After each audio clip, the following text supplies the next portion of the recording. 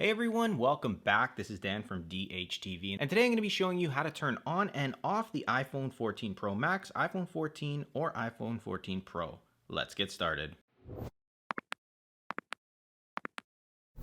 Alright, so powering down or shutting down the iPhone is extremely simple. First off, you're going to need to press and hold on that side button on the right and one of the volume rockers on the left. And you're going to need to press and hold on both of those at the same time.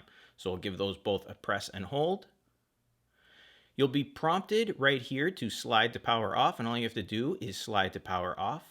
You may get a notification on your screen. If so, it's just letting you know that Find My, that application, is still going to be active when the phone is powered off. Now, when it comes to powering or turning on the iPhone 14, it's as simple as just pressing and holding on that side button.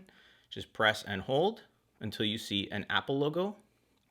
Then just sit it down or just let it do its thing. It'll take about 20 to 30 seconds, but it does depend on how much stuff you have on the iPhone, but it is fairly quick.